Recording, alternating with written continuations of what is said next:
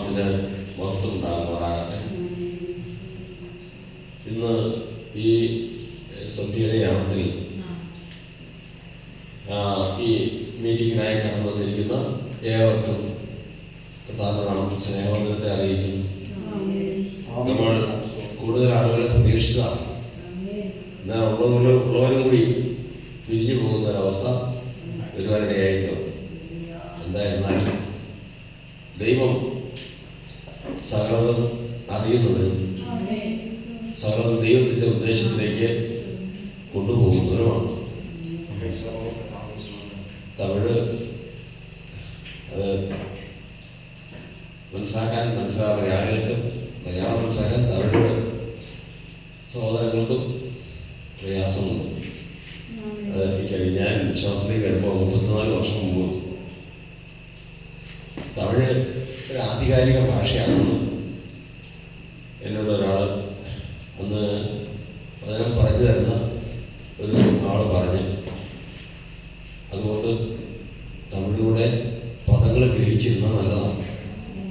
അങ്ങനെ അകാരാദിയൊക്കെ എഴുതി പഠിച്ചു, കൂട്ടി വായിക്കാൻ പഠിച്ചു. നല്ലൊരു ബൈബിളും കയ്യിൽ കിട്ടി. അങ്ങനെ നല്ലൊരു ബൈബിൾ എന്ന് പറഞ്ഞാൽ പ്രിന്റ് ബൈബിളെല്ലാം നല്ലതാണ്.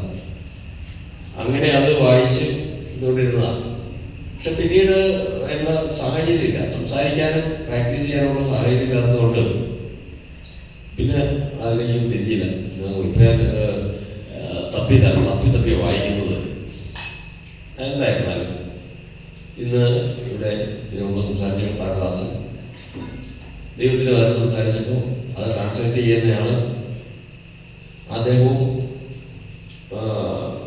ബേസ് നിൽക്കുന്നത് തമിഴിലാണ്. അതുകൊണ്ട് തന്നെ മലയാളത്തോട് കൂട്ടി നമുക്ക് വേറെ പല കാര്യങ്ങൾ ഗ്രഹിക്കാൻ ഇടയായിരുന്നു. ദാവീദിന്റെയും ഗോലിയാത്തിന്റെയും ഒക്കെ ചരിത്രം അനുഭവം നമ്മൾ ഗ്രഹിക്കാൻ ഇടയായിരുന്നു. ക്രിസ്തുയേശുവിന്റെ നാമത്തിലുള്ള ദൈവിക സുവിശേഷം നമ്മൾ പഠിക്കുമ്പോൾ നമ്മളിന്ന് ഈ പറഞ്ഞ അനവധി സ്വഭാവക്കാരെ പഠിക്കുന്നു. ദാവീദിനെ പഠിക്കുന്നു, അബ്രഹാമിനെ പഠിക്കുന്നു, മോശയെ പഠിക്കുന്നു. ഇവരിലെല്ലാവരിലും ഒരു സ്വഭാവമുണ്ട്. ഇവരിലെല്ലാവരിലും ദൈവത്തിൻ്റെതല്ലാത്ത സ്വഭാവമുണ്ട്. മോശ പെട്ടെന്ന് ദേഷ്യപ്പെട്ട് അവിവേകം സംസാരിച്ചു. അത് ദൈവ സ്വഭാവമാണോ? അല്ല. എന്നാൽ മോശ ഈ അന്ന് ഭൂമിയിൽ ഉണ്ടായിരുന്ന എല്ലാ മനുഷ്യരെക്കാൾ സൗമ്യനായിരുന്നു. അത് ഏത് സ്വഭാവം? അത് ദൈവത്തിന്റെ സ്വഭാവം.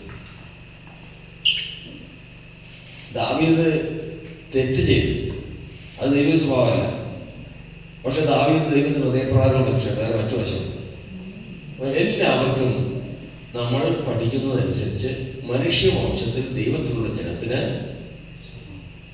നല്ല സ്വഭാവമുണ്ട്, മോശ സ്വഭാവമുണ്ട്. മോശ സ്വഭാവത്തെ ഗണ്യമാക്കാതെ നല്ലതിനെ വളർത്തിയെടുക്കുന്ന അനുഭവമാണ് നമ്മൾ വേദപുസ്തകത്തിലുടനീളം പഠിക്കുന്നത്. ഈ പറഞ്ഞ നമ്മിലുണ്ട് ഇത് രണ്ടും. നന്മയെന്ന് പറഞ്ഞത് കുറവാന്ന് പറഞ്ഞു.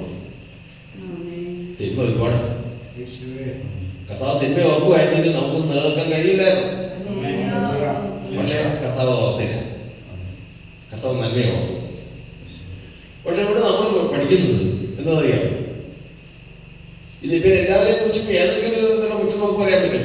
പക്ഷെ യേശു ഒരു ചോദ്യം ചോദിച്ചു സകല ലോകത്തോടും, നിങ്ങളിൽ ആരും എന്റെ പാപത്തെ കുറിച്ച് ബോധം വരുന്നത്? ഒരു പാപത്തെ കുറിച്ച് പറഞ്ഞ ഒരു വാക്ക്, തെറ്റായ ഒരു വാക്ക്, ഒരു പ്രവൃത്തി, ഏതെങ്കിലും ഒരു കാര്യത്തെ കുറിച്ച് നിങ്ങളൊന്ന് പറഞ്ഞു. ഒരാളുണ്ടായിരുന്നില്ല, ഒറ്റ മനുഷ്യനുണ്ടായിരുന്നില്ല.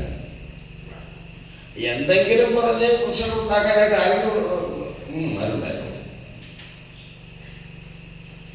ഒടുവിൽ യേശു ഇരുന്ന് ആത്മീയ മണ്ഡലത്തിലേക്ക് നോക്കി. നമ്മൾ നോക്കുമ്പോൾ നമ്മളിപ്പോൾ ഇരിക്കുന്നതേ കാണാവൂ. നമ്മൾ ദൃഷ്ടിയിൽ നോക്കുമ്പോൾ ഈ ഇരിക്കുന്നവരെ എത്ര വേണം? ഇപ്പൊ 10-30 പേരിരിക്കുന്നു, ഇവരെ കാണാവൂ. പക്ഷെ യേശു നോക്കുമ്പോൾ കാണുന്നത് അതല്ല. പിന്നെ ഇതാ ഇവിടെ ഇത്രയും പേര് ഇരിക്കണമെങ്കിൽ രക്ഷിക്കപ്പെട്ടവരാണെങ്കിൽ ഇവർക്കൊക്കെ അവർക്ക് സഹായിക്കാനായിട്ട് ആരുണ്ട്? ദൂതന്മാരുണ്ട്. അപ്പൊ ദൂതന്മാരുണ്ട്. അപ്പൊ നമ്മൾ 30 പേര് ഇരിപ്പുണ്ടെങ്കിൽ യേശു നോക്കുമ്പോൾ ഇവിടെ എത്ര പേരുണ്ട്? ആത്മീയമണ്ഡലത്തിൽ വലിയൊരു സമൂഹം ദൂതന്മാരുടെ സംഭവം അവിടെയാണ് അതിന്റെ. ഇങ്ങനെ നോക്കിയിരിക്കുമ്പോ ഈ ലോകത്തിന്റെ പ്രഭു വരുന്നത്, ഈ ലോകത്തിന്റെ പ്രഭു എന്ന് പറഞ്ഞാൽ ഈ ലോകത്തിന്റെ ദൈവ എതിരാളിയാ സാധാരണ. യേശു പറഞ്ഞു, ഇതാ ഈ ലോകത്തിന്റെ പ്രഭു വരുന്നു, അവൻ എന്നോടൊരു കാര്യമൊന്നുമില്ല. എല്ലാവരെയും കുറിച്ച് അപവാദം പറയുന്നു. ഈ യോബിനെ കുറിച്ച് അപവാദം പറഞ്ഞാൽ അവൻ കേൾക്കാ പറയുന്നത്, യേശുവിനെ കുറിച്ച് ഒന്നും പറയാനില്ല. അതായത് നന്മയുടെ സമ്പൂർണതയാണ് നമ്മുടെ കർത്താവ്. അവനിൽ ഇരുട്ട് അശേഷമില്ല. അവന്റെ സ്വഭാവം എന്നുള്ളത് ദൈവത്തിന്റെ സ്വഭാവമാണ്, വെളിച്ചത്തിന്റെ പ്രകാശമാണ്. അപ്പൊ ഇവിടെ നമ്മളിന്ന് ചിന്തിക്കുന്ന ഒരു വിഷയം, സമയം മുമ്പോട്ട് പോയിരിക്കുന്ന ഇന്ന് ചിന്തിക്കുന്ന ഒരു വിഷയം, യേശു വന്നത് ആർക്ക് വേണ്ടിയിട്ടാണ്? ഒറ്റ വാക്കിൽ നമുക്ക് എല്ലാവർക്കും പറയാവുന്നുള്ളൂ, സകല മാനവരാശിയുടെയും പാപങ്ങളുടെ പരിഹാരത്തിന് വേണ്ടിയിട്ടാണ് യേശു ലോകത്തിലേക്ക് വന്നത്. ഓ, അതൊക്കെ ശരിയാ. യഥാർത്ഥത്തിൽ യേശു വന്നാർക്ക് വേണ്ടിയിട്ടാണ്. 1 പത്രോസ് 1:20 വായിക്കുമ്പോൾ നമ്മളെന്ത് വായിക്കുന്നു? 1 പത്രോസ് 1:20 വേഗം വായിക്കാവോ? അവൻ ലോകസ്ഥാപനത്തിന് മുമ്പ് മുന്നറിയപ്പെട്ടവനും, അവൻ യേശുവിനെ കുറിച്ച് പറയാം, അവൻ ലോകസ്ഥാപനത്തിന് മുമ്പ് മുന്നറിയപ്പെട്ടവനും, അവൻ മുഖാന്തരം ദൈവത്തിൽ വിശ്വസിക്കുന്ന നിങ്ങൾ നിമിത്തം ഈ അന്ത്യകാലത്ത് വെളിപ്പെട്ടു. ആര് നിമിത്തം? ദൈവം നിശ്ചയിച്ച ഒരു ജനമുണ്ട്, ദൈവത്തിന്റെ ഒരു ജനമുണ്ട്. അതുകൊണ്ടാണ് അതിൽ പറയുന്നത് ദൈവം തനിക്കുള്ളവരെ അറിയും. ഈ ലോകത്തിൽ നിന്ന് മൊത്തം എത്ര കോടി ജനമുണ്ട്? നമ്മൾ പഠിച്ചിട്ടില്ല, 1200 കോടിയോ ജനമുണ്ട് ഇപ്പൊ മൊത്തം. 1000 കോടി താഴെയാ കണക്ക്. പക്ഷെ മൊത്തം ഏകദേശം 1000 കോടി ആളുകൾ വരുമെന്നാണ് പറയുന്നത്. ഇത്രയും കോടി ജനമുണ്ട്. പക്ഷെ വചനം പറയുന്നത് എല്ലാവരും നമുക്കുള്ളവരല്ല. എന്ന് പറഞ്ഞ് എല്ലാവരും പിന്നെ ആർക്കുള്ളവരാ? എല്ലാവരും സൃഷ്ടിച്ചതാരാ?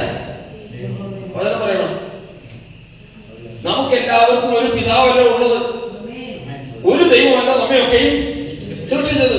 അപ്പൊ നമുക്ക് എല്ലാവർക്കും പിതാവാരാ? ഒരു ദൈവമാണ്. നമ്മെ എല്ലാം സൃഷ്ടിച്ചതാരാ? ഒരു ദൈവമാണ്. ആ ഒരു ദൈവം പറയാണ്, ദൈവം തനിക്കുള്ളവരെ അറിയുന്നു. എല്ലാവരും ഈ ദൈവത്തിനുള്ളവരാണ്. പിന്നെ ആർക്കുള്ളവരാ? കർത്താവിശ്വാസമാണ്. അതാർക്കുള്ളതാവട്ടെ, നമുക്ക് ചിന്തിക്കാം. ഈ തനിക്കുള്ളവർക്ക് വേണ്ടിയിട്ടാണ് ആര് വന്നത്? ഈ യേശു ലോകത്തിലേക്ക് വന്നത്. രണ്ടാമത്തത്, യേശു കഷ്ടപ്പെട്ടത് ആർക്ക് വേണ്ടിയിട്ടാണ്? വേദന അനുഭവിച്ചത് ആർക്ക് വേണ്ടിയിട്ടാണ്? എടുക്കുന്ന സമയം പോകും. യശയ്യാ 53 അധ്യായത്തിൽ എഴുതിയിരിക്കുന്നത്, തന്റെ ജനത്തിന്റെ അതിക്രമ നിമിത്തം അവന് ദണ്ഡനം വന്നു എന്ന് അവന്റെ നൽകുക വിചാരിച്ചു. ദണ്ഡനം വന്ന് ആര് നിർത്താം? തന്റെ ജനത്തിന്. അതുകൊണ്ടായി വിശ്വാസികൾ എന്തെങ്കിലും തെറ്റ് ചെയ്യുമ്പോഴത്തേക്കും ദൈവാത്മാവ് ശാസിക്കാൻ ചുറ്റു കഴിഞ്ഞതാണ്. യേശുവിനോടുകൂടെ 2 പേരും ക്രൂശിച്ച്, ഒരാളെ അപ്പുറത്തും ഒരാളെ ഇപ്പുറത്തും ക്രൂശിച്ച്. വലത്തുഭാഗത്ത് ക്രൂശിച്ചവനാണ് ഇടത്തുഭാഗത്ത് വരുന്നത് നമുക്കറിയാൻ പാടില്ല, നമുക്കതിനെ കുറിച്ച് വ്യക്തതയൊന്നുമില്ല. ഇവര് 2 പേരും ഒരുപോലെ 3 പേരെ ക്രൂശിച്ചിട്ടിരിക്കാം. അപ്പോ ആദ്യം ഇവര് പറഞ്ഞു,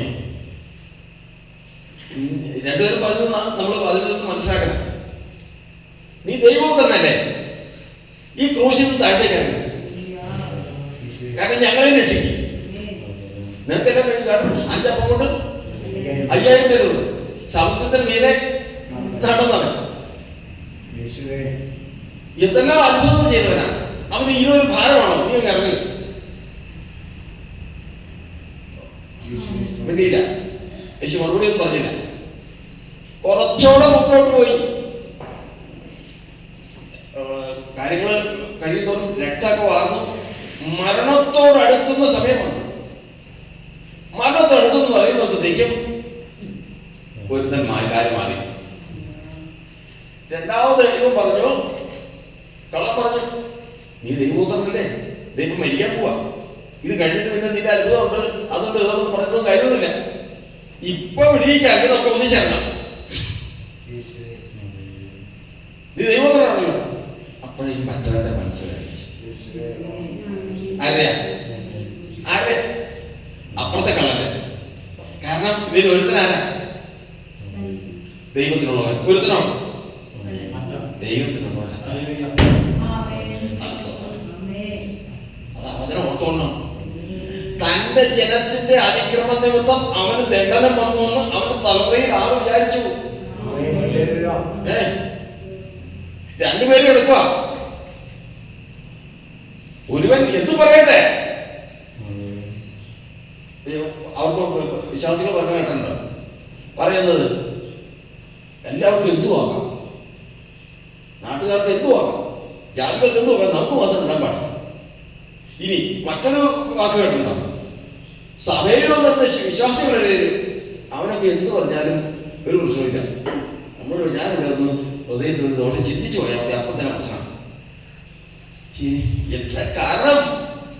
കാരണം ലോക സ്ഥാപനത്തിന് മുമ്പേ മുൻ നിർണയിക്കപ്പെട്ടവനും ഈ അന്ത്യകാലത്ത് ദൈവത്തിന്റെ നിശ്ചയപ്രകാരം ലോകത്തിലേക്ക് നിന്നെ അയച്ചിരിക്കുന്നതാണ്.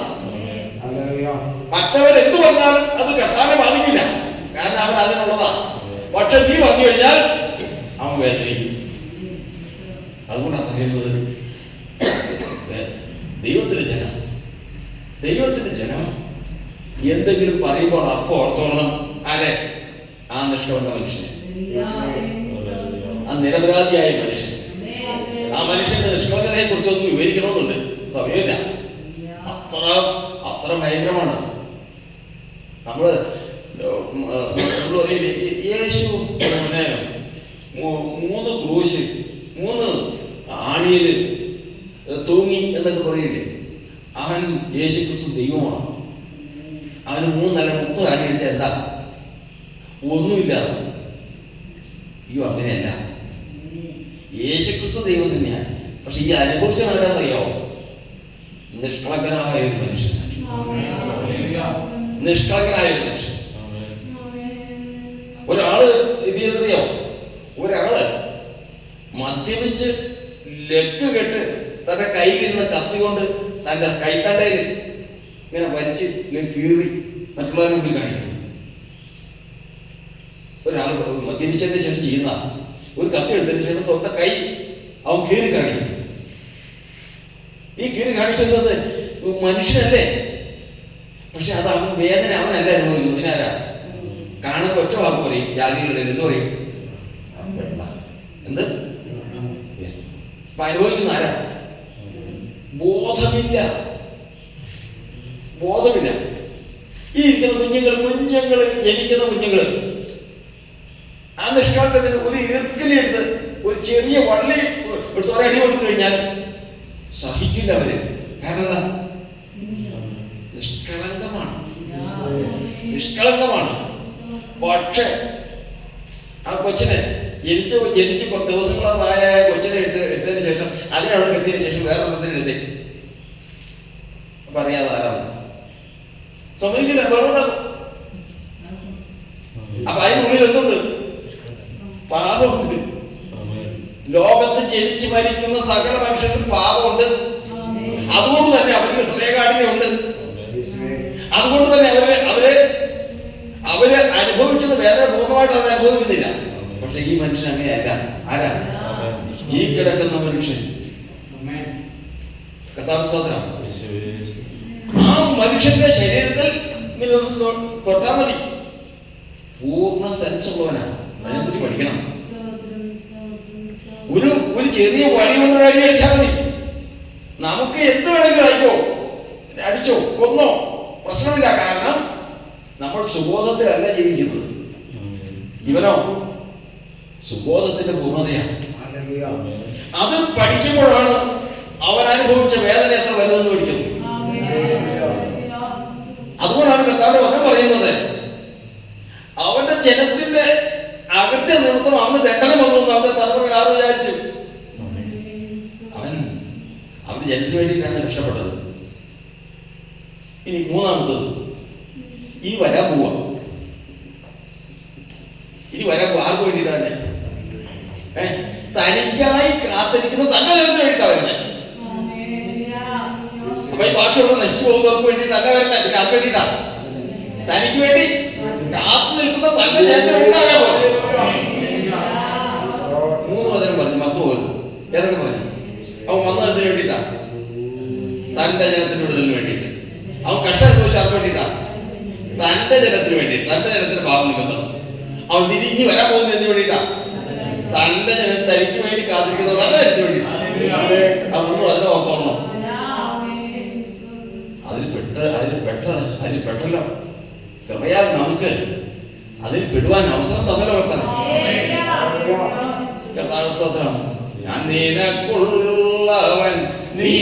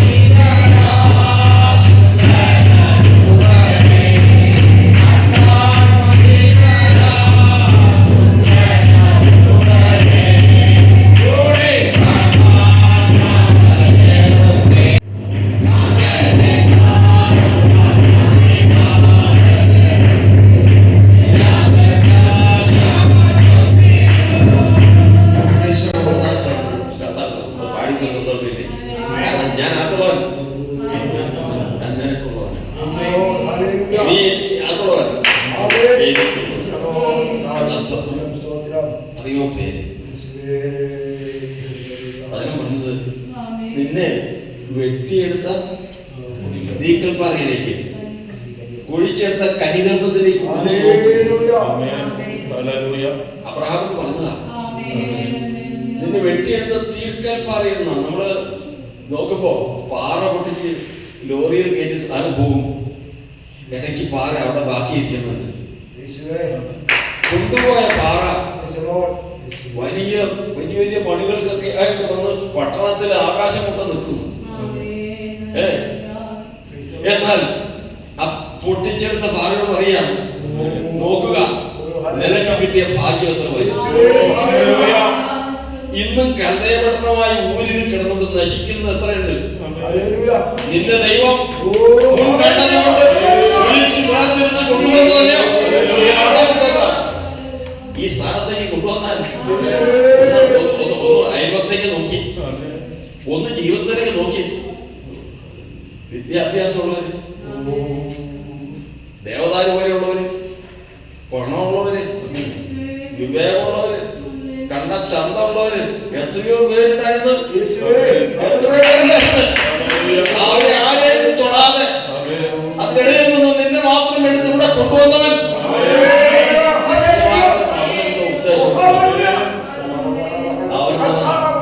നാം അവനുള്ളവരാണ്, അവൻ നമുക്കുള്ളവനാണ്. ഇതാണ് ദൈവത്തിന്റെ വചനം ഈ ലോകത്തിൽ പഠിപ്പിക്കുന്നു. പക്ഷെ പ്രശ്നം എന്താ പറയുക, 1200 കോടി എന്ന് പറഞ്ഞു. ഈ 1000 കോടി എന്ന് പറഞ്ഞു കഴിഞ്ഞാൽ 10 പേര് കൂടി വന്നു കഴിഞ്ഞാൽ തന്നെ നമുക്ക് കൺഫ്യൂഷനാണ്. വണ്ടിക്കാരിലേക്ക് ചെന്ന് കഴിഞ്ഞാൽ അവിടെ 12,000 പേര് ആ ടൗണിലൊക്കെ കൂടി നിൽക്കുന്നതാണ്. കാണാം ഇത് ഇതിലാരാ നമുക്കുള്ളത്. നമ്മുടെ എപ്പോഴും കാണുന്ന ഒരാൾ തന്നെ, നമ്മുടെ ജോയിപാസ് തന്നെ വണ്ടിപ്പിരാറിൽ വന്നു കഴിഞ്ഞാൽ ഞങ്ങളുടെ വണ്ടി കൊണ്ട് വരുമ്പോഴത്തേക്കും നമ്മൾ കണ്ടില്ല. കാരണം അത്രയും ജനത്തിൻ്റെ ഇടയിൽ കാണാൻ സാധിക്കില്ല. ഇതുപോലെ തന്നെയാണ് പ്രശ്നം എന്നറിയാമോ. ഈ 1000 കോടി ജനസമുദ്രത്തിന്റെ ഇടയിൽ തനിക്കുള്ളവരുണ്ട്. ഇതെങ്ങനെ കണ്ടുപിടിക്കും? എന്താ കാര്യം? എനിക്ക് 1-2 പേരെ എനിക്ക് ഞാൻ എടുത്തോളാം എന്ന് പറഞ്ഞ് കർത്താവ് ചെന്നാൽ മറ്റൊരു സമ്മതിക്കോ? അത് സമ്മതിക്കില്ല. കാരണം അനീതി ചെയ്യാൻ പാടില്ല. ദൈവം അത് ചെയ്യുകയില്ല. ദൈവം ചെയ്യാൻ ഒരു മാർഗം വെച്ചിട്ടുണ്ട്. എന്താ അറിയാമോ? എന്ന് കർത്താവ് ലൂക്കോസിന്റെ സുവിശേഷം 17-ാം അധ്യായത്തിന്റെ 11-ാം വാക്യം മുതൽ വായിക്കാം. ലൂക്കോസിന്റെ സുവിശേഷം 17-11 മുതൽ വായിക്കാം. അവൻ യെരൂശലേമിലേക്ക് യാത്ര ചെയ്യുകയും ശ്രദ്ധിച്ചു കേൾക്കണമേ.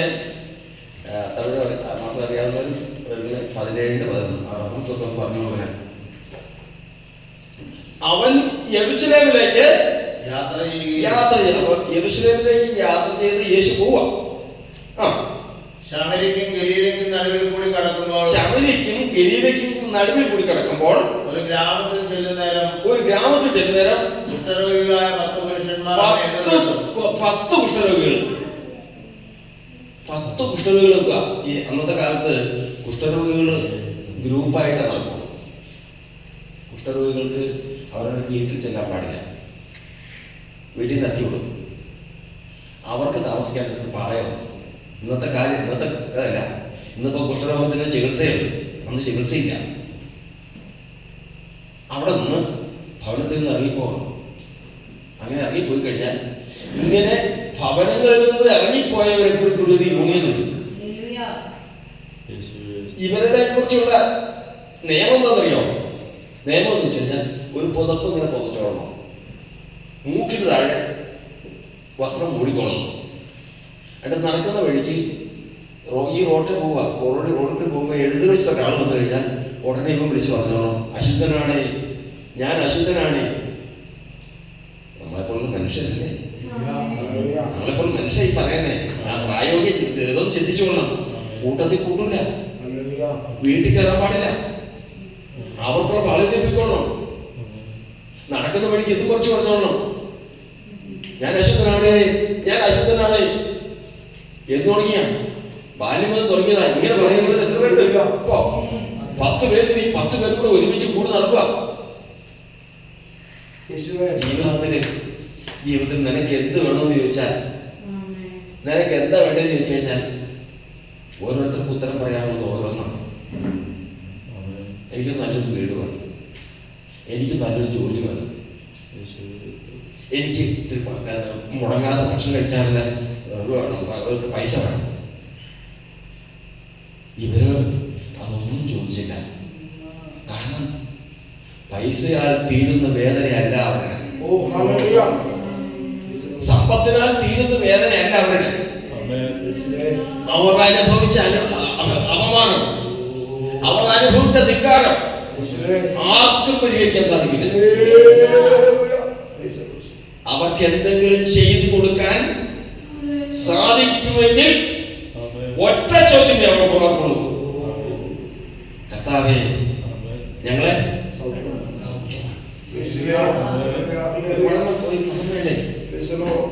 നീ സൗഖ്യമായിട്ട് ഭക്ഷണം കഴിക്കാനുണ്ടോ? ഇല്ല, ഞങ്ങൾ ഭിക്ഷയച്ച് ജീവിച്ചോളാം, ഇതൊന്നും മാറ്റിക്കളാം. എവിടെ ചെന്നാലും ഞാൻ ഭക്ഷണം കഴിച്ചിട്ടില്ല എന്ന് പറഞ്ഞാൽ എന്നെ ആരും മാറ്റി നിർത്തില്ല. ഈ വേഷത്തിൽ ഞാൻ കൂടി എന്ന് കഴിഞ്ഞാൽ എന്നെ എന്ത് ചെയ്യാം? മാറ്റി നിർത്തുക. ആ വേദന ആരും അറിയാൻ പാടില്ല. ആ വേദന അനുഭവിക്കുന്നവർക്ക് അറിയാം, അത് അനുഭവിക്കുന്നവർക്ക് അറിയാം. അവർക്കൊന്നും ഒരു കാര്യം വേണ്ട.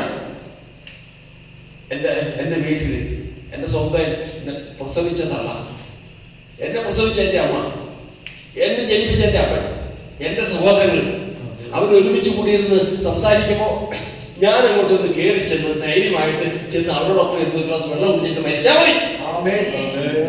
അത് സാധ്യമല്ല. അത് പണമില്ലാഞ്ഞിട്ടല്ല, നല്ല ഉടുപ്പില്ലാഞ്ഞിട്ടല്ല, ശരീരം വെളുത്തിരിക്കാഞ്ഞിട്ടല്ല, പിന്നെയോ ഈ ഒരൊറ്റ അപമാനമാണ് ജീവിതം മുഴുവൻ അനുഭവിക്കുന്നത്. കർത്താവ് പറഞ്ഞു പൊയ്ക്കോ, പൊയ്ക്കോ. കർത്താവ് പറഞ്ഞ വാക്ക് അവിടെ പോയി കഴിഞ്ഞപ്പോഴത്തേക്കും കുഷ്ഠരോഗികൾ കണ്ടിട്ടുണ്ടോ? എന്നൊക്കെ തീർന്നവരുണ്ട്, ദ്രവിച്ചവരുണ്ട്, പലതരത്തിലുള്ള മനുഷ്യരാണ്. അവർ പോകുന്ന വഴിക്ക് ഇതെല്ലാം നല്ല ക്ലിയറായി, കുഞ്ഞുങ്ങളുടെ ശരീരം പോലെ നല്ല സൗഖ്യമായി. എത്ര പേരാ? 10 പേര്.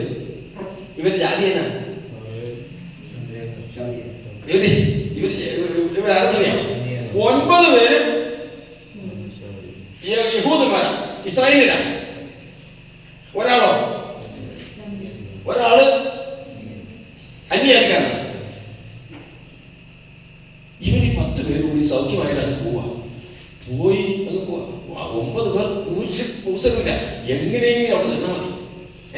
അവിടെ ചെന്നപ്പോഴല്ലോ, ഞാൻ അവിടെ ചെന്നപ്പോഴ ബാങ്കിൽ ചെന്ന് കഴിഞ്ഞപ്പോൾ എത്തുന്ന പറഞ്ഞ് മാറി വെക്കാൻ പറഞ്ഞു. ഇന്ന് ഞാൻ നേരെ പോകണം അങ്ങോട്ടാ. ഞാൻ ഇന്ന് ഒരിക്കൽ ഒരു ഹോട്ടലിൽ ചെന്ന് ഒരു ഗ്ലാസ് വെള്ളം ചോദിച്ചപ്പോ തരില്ലാന്ന് പറഞ്ഞു, ഒരിക്കലും പറഞ്ഞു. ഇന്ന് നേരെ ഞാൻ പോകുന്നു അങ്ങോട്ടാ. ഓരോരുത്തർക്ക് ഉള്ളില് ഇങ്ങനെ തിങ്ങിയിരിക്കുക സങ്കടം കേട്ടോ. പോകുന്ന വഴിക്ക് സൗഖ്യമായി തന്നെ മുമ്പോട്ട് പോകാൻ പറ്റുന്നില്ല, മുമ്പോട്ട് പോകാൻ പറ്റുന്നില്ല. ഇതെങ്ങനെ സാധ്യമായി? ഇതാര് ചെയ്തു? ഇതാര് ചെയ്തു? ഈ പ്രവൃത്തി ഇന്ന് വരെ കടക്കുന്നു? ഇന്ന് വരെ കടന്നു? കണ്ടിട്ടില്ല.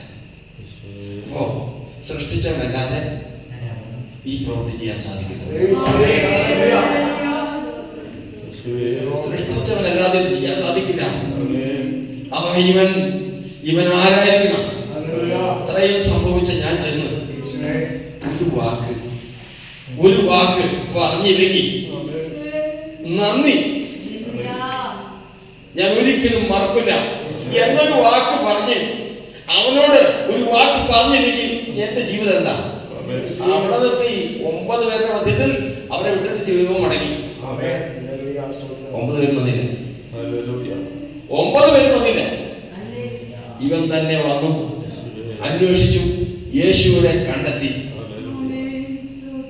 യേശുവിന്റെ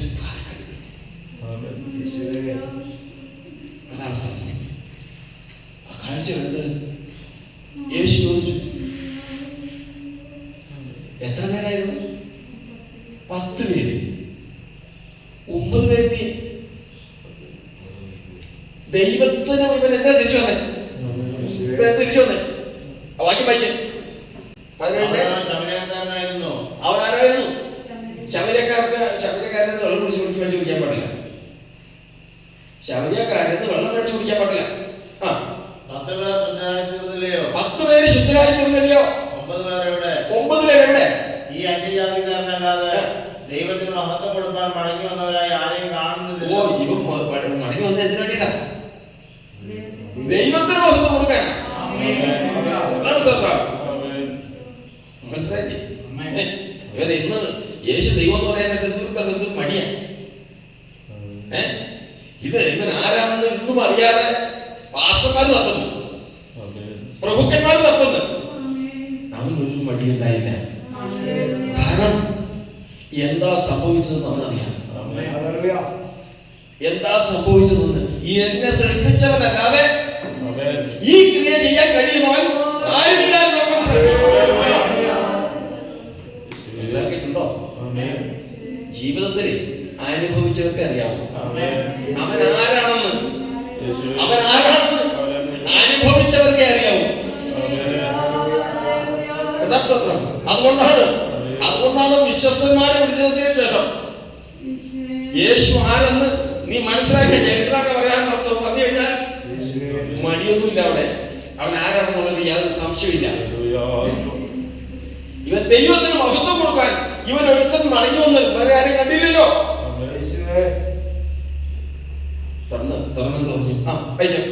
ആരെയും കാണുന്നില്ലെന്ന് യേശു പറഞ്ഞിട്ട് അവനോട് എഴുന്നേറ്റ് പോയിക്കൊള്ളുക, നിന്റെ വിശ്വാസത്തിനെ രക്ഷിച്ചിരിക്കുന്നു എന്ന് പറഞ്ഞു. മകനെ, എഴുന്നേറ്റ് പോയിക്കോ, നിന്റെ വിശ്വാസം നിന്നെ രക്ഷിച്ചിരിക്കുന്നു. അപ്പോ ആദ്യം കിട്ടിയതിന് സൗഖ്യം, രണ്ടാമത് കിട്ടിയതോ മെച്ചം. സൗഖ്യം കിട്ടി, രണ്ടാമത് രക്ഷയാണ് കിട്ടിയത്. ഇതാ പറഞ്ഞിരിക്കുന്നത്, തിരയുക. കാണാതെ പോയതിനെ തിരഞ്ഞ് രക്ഷിക്കാനല്ലോ മനുഷ്യപുത്രൻ തിരഞ്ഞ് 10 എണ്ണത്തിനെ കണ്ട് 10 പേരെ കണ്ട് തെരഞ്ഞെടുപ്പ് എത്ര എണ്ണത്തിന് കിട്ടി? ഒരെണ്ണത്തിന് കിട്ടി. ഹല്ലേലൂയ. സ്തോത്രം, സ്തോത്രം, സ്തോത്രം, സ്തോത്രം. ഓ ഹല്ലേലൂയ. ഓ കൂട്ടത്തിൽ നാം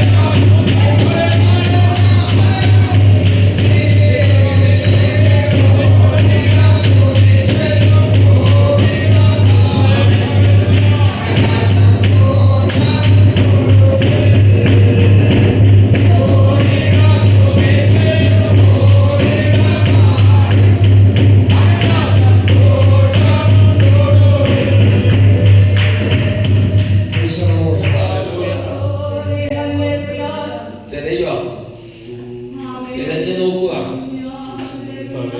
അവിടെ 67 പേര് 67 കുടുംബങ്ങളിൽ നിന്ന് വന്നു കൂടുന്ന ഒരു കൂട്ടായ്മ. കൂട്ടായ്മ എന്ന് പറഞ്ഞാൽ സഭയൊന്നും ആയിട്ടില്ല. അവരെല്ലാവരും കൂടെ കൂടി ഒരുമിച്ച് കൂടി നമുക്ക് കർത്താവിനെ ആരാധിക്കാം. 67 പേര് ഒരുമിച്ച് കൂടി പ്രാർത്ഥിക്കുമ്പോൾ ദൈവം ചെയ്യുന്ന പ്രവൃത്തി അത് കണ്ടുകൊണ്ട് അവർ തന്നെ പറഞ്ഞത്, എന്നാ സഭ ഞങ്ങളുടെ അടുത്തേക്ക് പോവാം, അവിടെ നടക്കുന്നത് കാണുന്നത് രോഗസൗഖ്യം, കടബാധ്യതകൾ തീരുന്നു, ഞെരുക്കത്തിൽ ഇരിക്കുന്നവർക്ക്, പ്രശ്നങ്ങളിൽ ഇരിക്കുന്നവർക്ക്, കേസ് തീർന്നവർ, വസ്തു മേടിച്ചവർ, കെട്ടിടം മേടിച്ചവർ, എല്ലാവർക്കും ഞങ്ങൾക്കൊന്നും പറയാനില്ല. അങ്ങനെ ഒന്നുമില്ല. ഞങ്ങളിപ്പോൾ ഈ രാപ്പകൽ ഈ ഓട്ടല്ലേ അവിടെ നോക്കി പഠിക്കും. അവിടെ ഒന്നും ചെയ്ത് ചില നാളുകൾ കഴിഞ്ഞപ്പോൾ ഈ 67 പേരില് ഒരാൾ പോലും ഇല്ല. ചെറിയ നാല് വഴിക്ക് പോയി. ഒരു വലിയൊരു കമ്പനിയുടെ ജോലിക്കാരാ, വലിയൊരു കമ്പനിയുടെ ജോലിക്കാരാ, എല്ലാം ചെറിയ പോയി. എന്താ പോയിച്ചേ? 67 കുടുംബത്തിൽ നിന്ന് എല്ലാം എന്ത് ചെയ്തതാ എന്ന് പറഞ്ഞേ? തെരഞ്ഞതാ. അപ്പോ നമ്മള് കർത്താവ് ഒരു ഉപകാരം, ഒരു അത്ഭുതം ഒരു ദേശത്തോ വ്യക്തിക്കോ ഭവനത്തിലോ ചെയ്യുമ്പോൾ അത് എന്റെ മിടുക്കുന്നല്ല വിചാരിക്കുന്നത്. കർത്താവ് എന്ത് ചെയ്യുക? തെരയുക. ഈ തെരച്ചിലിൽ നിന്നെ കിട്ടിയാൽ നീ എവിടെ എത്തും? നീ രക്ഷയിലെത്തും. 10 പേര് 9 പേര് വഴിക്ക് പോയി, ഒരുവൻ മാത്രം രക്ഷയിലെത്തിയതുപോലെ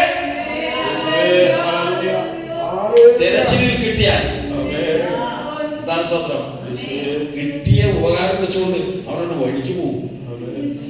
അപ്പൊ തൽക്കാലം എന്റെ കാര്യം നടന്നു, അവനോട് വഴിക്ക് പോകും. പക്ഷേ അവന് പോകാൻ കഴിയില്ല. അല്ലാത്തവർക്ക് പോകാൻ കഴിയണ്ടേ? ദൈവം കണ്ട ജനത്തെ തെരയുമാണ് വിഷയമാണത്. നയമാൻ കുഷ്ഠരോഗം സൗഖ്യമായി. അപ്പോ കുഷ്ഠരോഗം സൗഖ്യമായിട്ട് നയമാൻ വന്ന് നിൽക്കുക എലീശ പ്രവാചകന്റെ അടുത്ത്. ഇസ്രായേലിലല്ലാതെ വേറെ ഒരു ദൈവമില്ലാതെ ഇപ്പോൾ ഞാൻ അറിയുന്നു. അതുകൊണ്ട് എന്റെ ഒരു പ്രതിഗ്രഹം മേടിക്കണമേ. സമ്മാനം കൊടുക്കാൻ പോവാ. ആരാ? നയമാൻ. അത് കൊടുക്കാൻ പോവാ. എലീശ പ്രവാചകൻ. എന്റെ പോക്കറ്റ് പോലെ എന്റെ പോക്കറ്റ് കൂടി വന്നു കഴിഞ്ഞാൽ 100 രൂപയുടെ അല്ലെങ്കിൽ 500 രൂപയുടെ ഒക്കെ ഒന്ന് പോകും. അതൊക്കെ ഉണ്ടാവും. അത് വന്നേക്കാൻ തോന്നാറിയാം. രാവിലെ ഇന്നത്തെ സ്ത്രീയനെ സ്വർണ്ണക്കട്ടി, വെള്ളിക്കട്ടി, ഉടുപ്പ് ഇല്ലാത്ത സാധനമില്ല. എത്രയോ മൃഗങ്ങൾ ഇത് ക്യൂ ആയിട്ട് നിൽക്കുക. എലീശ പ്രവാചകൻ പറഞ്ഞാൽ മതി, പ്രവാചകന്റെ ചുറ്റും ആ കെട്ടിടം നിറച്ചു കൊടുക്കും സ്വർണ്ണം മനവി. അതുപോലെ അവരെ പറയുന്നത് ഒരു പ്രതിഗ്രഹം എൻ്റെ അടുത്ത് മേടിക്കണമെന്ന്. ഇപ്പോഴത്തെ കേസ് എന്താണെന്നറിയാം? ആ അത് മേടിച്ച് പോക്കറ്റിട്ടാൽ എന്ത് സംഭവിക്കും? അത് മേടിച്ച് എലിശ പ്രവാചകൻ വെച്ച് കഴിഞ്ഞാൽ ഇവൻ അവന്റെ വഴിക്ക് പോകും. പക്ഷെ ദൈവത്തിന്റെ ആത്മാവിന് അറിയാം ഇവൻ ആരാ.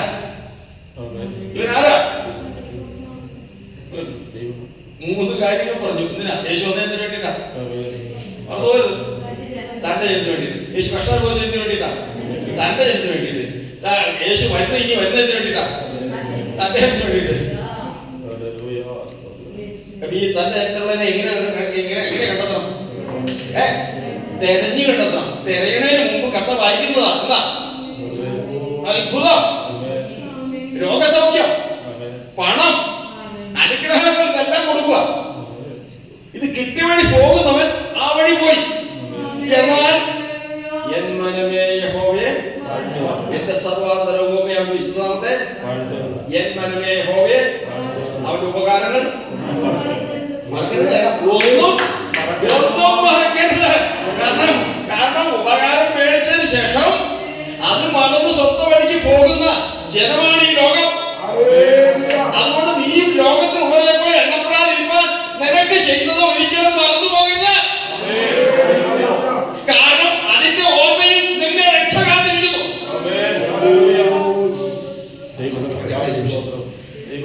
അവിടെയാണ് അതിന്റെ വിഷയം. എലീശ പ്രവാചകൻ പറഞ്ഞു, ഞാൻ സേവിച്ചു നിൽക്കുന്ന യഹോവയാണ്, ഞാൻ നിന്റെ കയ്യിൽ നിന്നും മേടിക്കില്ല. സന്തോഷായില്ലേ? കുഷ്ഠരോഗം സൗഖ്യമായി. വന്നതിൽ 10 പൈസ കൊടുത്തില്ല, ഒരു ഗ്ലാസ് വെള്ളം പോലും ചെലവില്ല. കിട്ടിയതുകൊണ്ട് തിരിച്ചു പോയാൽ മതി. ഒരു ഭാരമില്ല, തിരിച്ചു പോയാൽ മതി. പോകാൻ പറ്റില്ല. കാരണം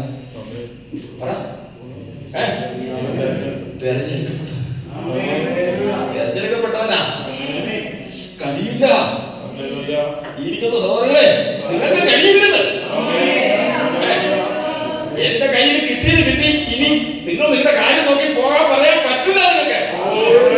കാരണം ലോകസ്ഥാപനത്തിന് മുമ്പ് ക്രിസ്തുവിൽ നിന്നെ തെരഞ്ഞെടുത്തതാണ്.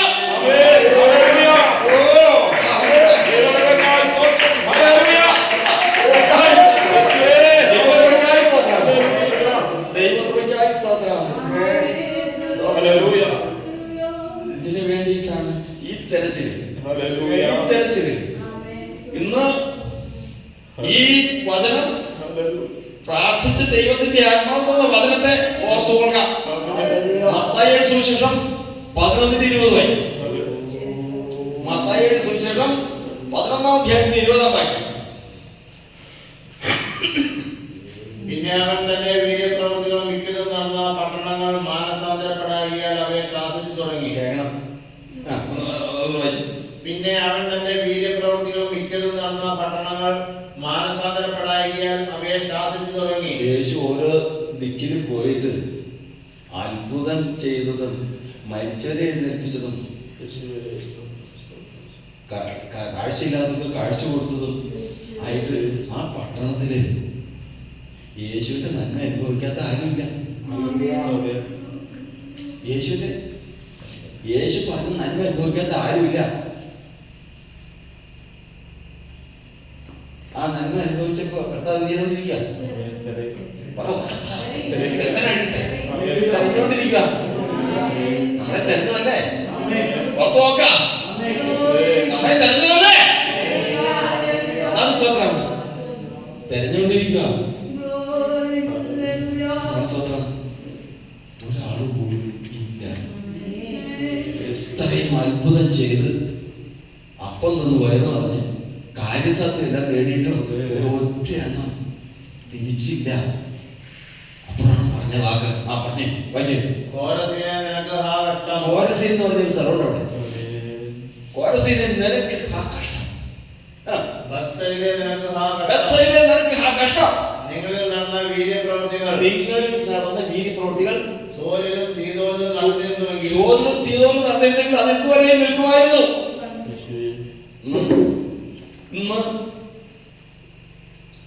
പല ദേശങ്ങളിൽ നിന്ന് വന്നു അവിടെ നിന്നൊക്കെ കൂടി ഒരു 30 പേരുടെ ഇരിപ്പുണ്ട്. ദൈവം പറയുന്നത് ഈ 30 പേരോടല്ല, മൂങ്കനാം ദേശത്തുണ്ടാകുന്നു.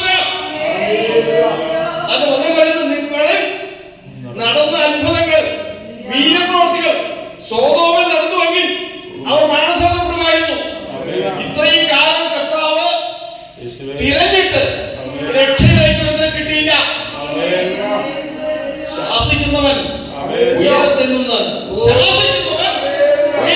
ദേശത്ത് വന്ന് ചെയ്യുന്നു.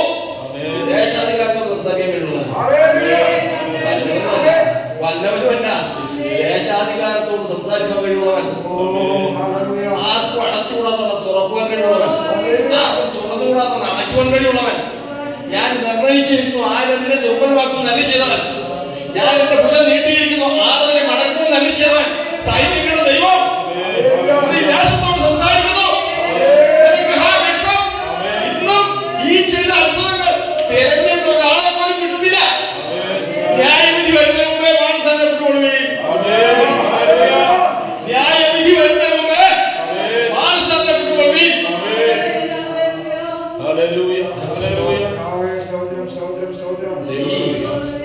ഈ ഇളക്ക് മുഴുവൻ ഇളക്കിയിട്ടും ഈ പ്രവൃത്തി മുഴുവൻ ചെയ്തിട്ടും കർത്താവ് സ്തോത്രം. ഇവിടെ ഒരുവൻ ഇല്ലേ? ഇല്ലേ? 10 ഒരുവൻ മടങ്ങി വന്നതുപോലെ ഇതിനകത്ത് ഒരുവൻ ഇല്ലേ?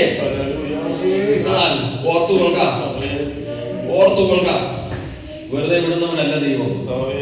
ദൈവത്തിന്റെ പ്രവൃത്തി വെളിപ്പെടുന്നതിന് മുമ്പേ താനിക്കുന്നതിനെ വേർതിരിച്ച് നാം ഒരുമിച്ചിരുന്ന് കർത്താവിന്റെ മേശ അനുഭവിക്കാൻ തക്കവണ്ണം ദൈവാത്മാവ് പ്രവർത്തിക്കാൻ നാം കേൾപ്പിച്ചു കൊടുത്ത് പ്രാർത്ഥിക്കാം. കാണാതെ പോയതിനെ തിരഞ്ഞെടുക്കുന്ന ദൈവം, കാണാതെ പോയതിനെ തിരഞ്ഞെടുക്കുന്ന ദൈവം. ഈ തിരച്ചിലെല്ലാം കഴിഞ്ഞ് ഇന്ന് ഇവിടെ സഭാമധ്യേ നിന്നുകൊണ്ട് തന്റെ വചനം അറിയിക്കുമ്പോൾ നമുക്ക് കർത്താവിനോടൊപ്പം ചേർന്ന് നിന്ന് ദേശത്തോട് സത്യം അറിയിക്കാൻ, ദേശത്തോട് സത്യം അറിയിച്ച് കർത്താവിന്റെ തിരച്ചിലിൽ പങ്കുകൊണ്ട് രക്ഷയിലേക്ക് കർത്താവ് ജനത്തെ വേർതിരിപ്പാൻ. കർത്താവ് നന്മ അനുഭവിക്കാത്ത, കർത്താവ് നന്മ അനുഭവിക്കാത്ത ഒന്നുപോലും ഈ ദേശത്തില്ല. പക്ഷേ രക്ഷയിലേക്ക് വന്നിട്ടില്ല, തെരഞ്ഞെടുക്കിട്ടില്ല. ഉടയവൻ പറയുന്നു, കാണാതെ പോയതിനെ തെരഞ്ഞു രക്ഷിച്ചിട്ടേ അവൻ നടക്കും, കാണാതെ പോയതിനെ തെരഞ്ഞു രക്ഷിച്ചിട്ടേ അവൻ നടക്കും. ധൈര്യപ്പെട്ട് എഴുന്നേറ്റ് പ്രവർത്തിച്ചു കൊടുക്കാം. ധൈര്യപ്പെട്ട്